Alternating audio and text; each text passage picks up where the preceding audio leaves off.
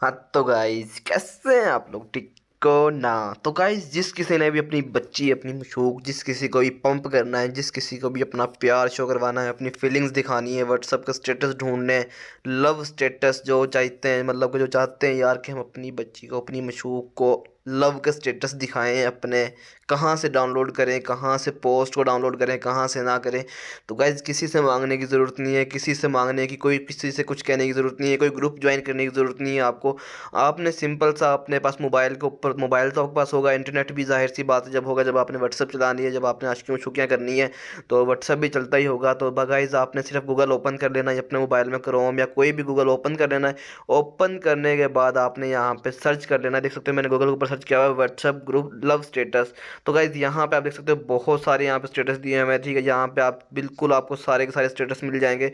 उसके बाद यहाँ पे ऊपर कैटेगरीज भी दी हुई हैं, तो आप यहाँ सारी की सारी डाउनलोड कर सकते हो।